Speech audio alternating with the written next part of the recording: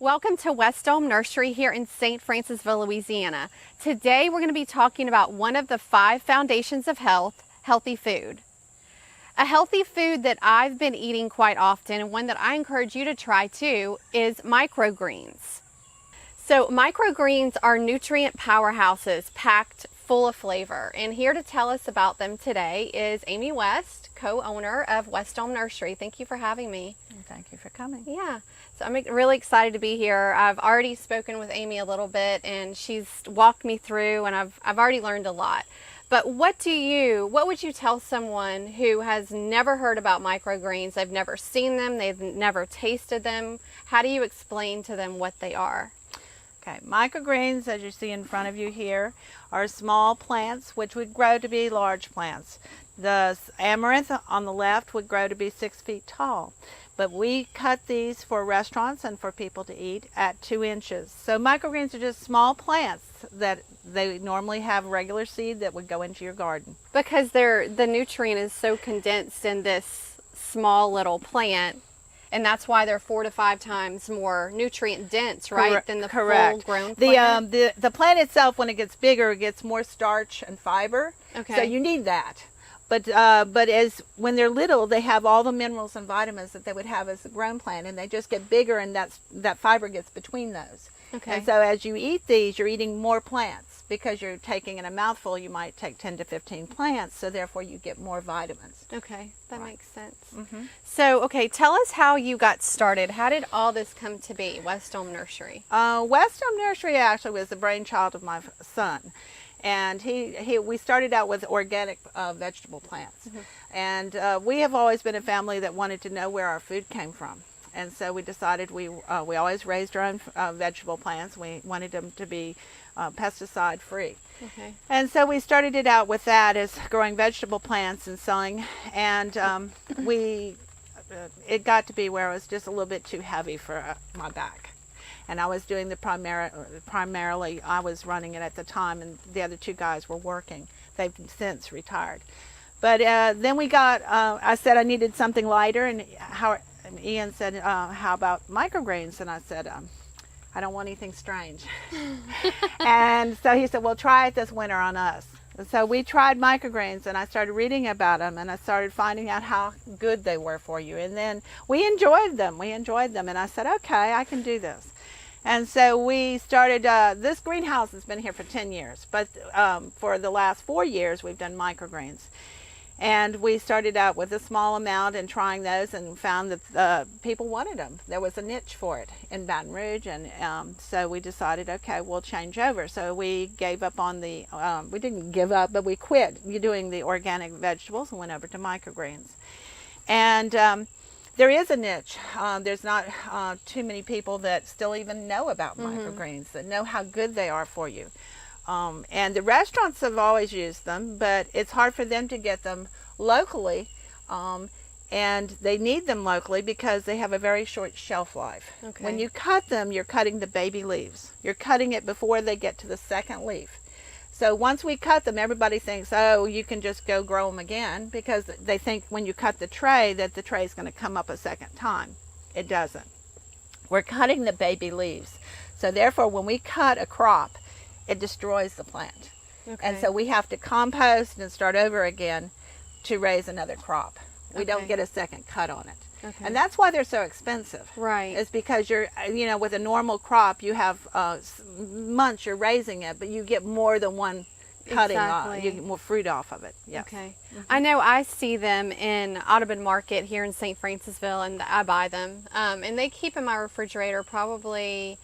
They'll keep 2 weeks. Okay. They'll keep sometimes 2 weeks. In the summer, it's hard for them, but they normally will keep up to 2 weeks. So, the problem is that the nutrients are only good for 1 week.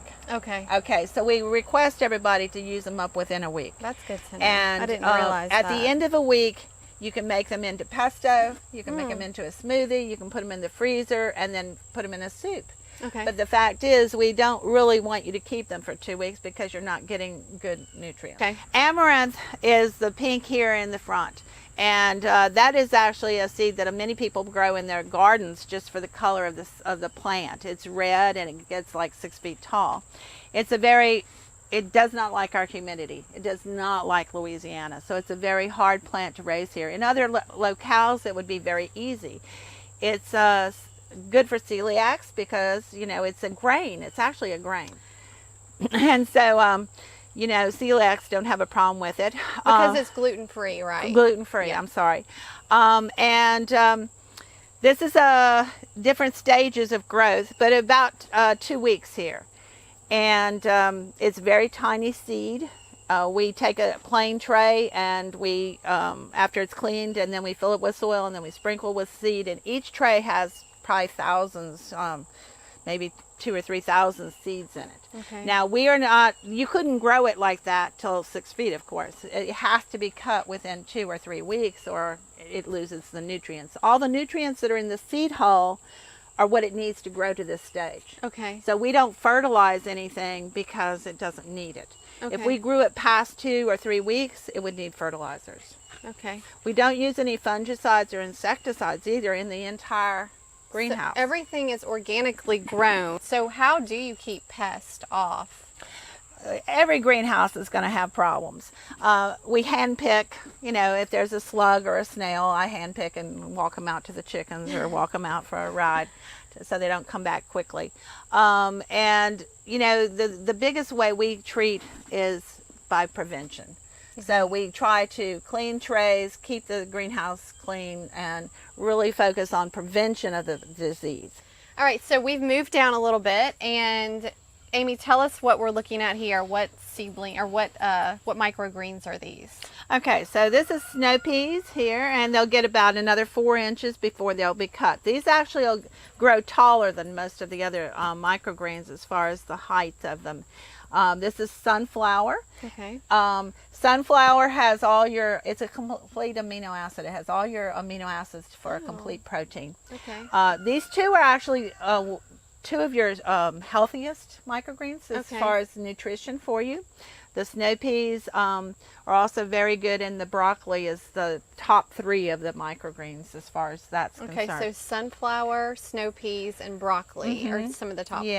Okay. Now, as far as amino acids, having a complete amino acid for complete protein, this is actually a special table that is designed for watering. These particular things like a lot of water in the summer, and so they're on here for the watering. This is basil, baby basil. Basil will grow another week or 2, and then it'll be cut. The purple is radish, and radish is really strong in antioxidants, you know, and vitamin C. Vitamin C is top in vitamin C. But the radish, you notice the color, it's really pretty. Well, amaranth too, the red color. Things that have the bright color, like chard, and have more antioxidants. Okay. Okay, so now we're at the back part of the greenhouse, and on your website I read that you either grow the microgreens in a soil base or through hydroponics. So what is hydroponics, and why do some of the microgreens grow better in hydroponics than they would in soil? Well, we use hydroponics for 2 reasons actually. One is for better, and one is because it's cleaner. But first of all, better as in not all microgreens will grow in hydroponics. So hydroponics is what we have water underneath this table. Okay. The water comes up here underneath, and then it comes out these black spigots down here and runs down here across these mats. Okay. The mats are made out of cocoa fiber. And this was designed by my husband and my son. This is not something you buy, you know, at Amazon. Right. And so we had to come up with a way to run the water down the mats and use this to germinate our seeds. Now, the reason we use this primarily is because most of the seeds, broccoli, kohlrabi, kale, chard, celery, they need cool in the summer. And we have a really hot climate. So we run big fans over here to cool off, as well as we have this water rushing down to cool down the microgreens. So there's a lot of different reasons for using the hydro tables, but the hydro tables are enjoyable because they're a lot easier. We see there's mats right here. I don't know if you can see them. They look like this. These Yeah, are it's the like type of mats. It's cocoa cocoa fiber. mat, like cocoa fiber. And we put the mat on the table, and then I just seed it with seed out of a bottle, and I sprinkle it, and then I cover it over here. And those are the baby plants, if they can be seen over there. Okay. Okay, so Amy, from a health food standpoint, how do you incorporate microgreens into your diet, and then how are restaurants doing it as well? Okay, I'm going to start with the restaurants. Restaurants just use it for color. They mainly Okay. use it for, they're not thinking, I don't think most restaurants are thinking about the quality of the green as far as the nutrients. They're using it, does it taste well with the thing that they're cooking? Okay. Or does it look pretty? The amaranth, the red, is real pretty on chicken and fish. The light green goes well with the amaranth. It's pretty on a salad. The sunflower is crunchy, so it's a good snack food. So restaurants are using it for adding crunch to their salad Okay. or their food. But people in general, I tell them that you should use it raw. You should use it on last because you're trying to get the nutrients from it. So therefore, So don't cook it. don't cook. don't Well, cook, and just- you might cook, say, basil, baby Okay. basil. You might use that for some cooking, but at the last minute, you want to sprinkle some raw basil on it also. Okay. But in general, most microgreens are used raw, and they're used to be added to something. Okay. You can use it as a salad. You can add it to your salad. But then think of other things, like, for example, tacos. Instead of lettuce, you can use microgreens, or wraps, or we take a cheap pizza and cut up a pizza. You know, we didn't have time. We stuck a pizza in, I'm sorry. And then we let it cool, and we cut it up and sprinkle broccoli microgreens. You know, Right. we get additional vitamins or minerals or whatever on top of that cheap pizza. You know, so you add them to anything. You cook lasagna, you put lasagna on your plate, and then you add it on top. Right. And most people, it's hard for them to remember to pull it out of the refrigerator. So you want to keep it handy. You want to pull it out, and everybody just add to their, kind of like curry. If you've ever made curry where Yeah. you have all the little condiments, Right. you have to think like that with every meal. Okay. And juicing and smoothies is really popular too. So you can add that into your juices, to your smoothies. And one thing I do, and I used microgreens yesterday. In the morning, I like to have toast, and sometimes I'll put guacamole on top, you know, or avocado, and I'll sprinkle the microgreens on top. It's pretty, it's healthy. So that's one way that I utilize it. Right. But I love the taco. I love using it as instead of lettuce. That's a great idea. Anytime, lettuce doesn't have much nutrients. Yeah. You know, and people are so used to using lettuce. So I have people that buy it specifically to put on omelets. I have, Okay. when the restaurants come to show at Breda at Down Street, Main Street Market, they'll come and make a butternut soup or a thick soup. They'll sprinkle microgreens on top. So, you know, there's a lot of different ways you can use it. You just have to force yourself to incorporate it. Right. And it's even been hard for us, believe it or not, because we started out thinking, okay, it goes in a salad, you know, and Right. so we eat a lot of salads of microgreens because we don't raise lettuce and we don't have lettuce in the house. But the thing is, we still have a hard time thinking to go back and get Your microgreens and putting on every, everything we make. But I can tell you this, that in the wintertime, we have been super healthy, and I really think it's due to we get exercise because we're in the greenhouse all the time, and two, we're eating microgreens. Right, and they're We just so just haven't packed been- full of nutrients. We have just not been sick like we were previously. Okay. Yeah. So if you want to buy, I know where I get them. I get them in St. Francisville at Audubon Market, but where can people in the Baton Rouge area get them if they want to buy? You have to go to the Baton Rouge Downtown Market, which is every Saturday morning from Okay. 8 to 12. You can get them there. You can also get them at Our Daily Bread, or you Okay. can go to eat at some of the local restaurants like Mansour's, Jubin, and those places. If you want to get them from us, and it was going to be a large order, then you could contact us by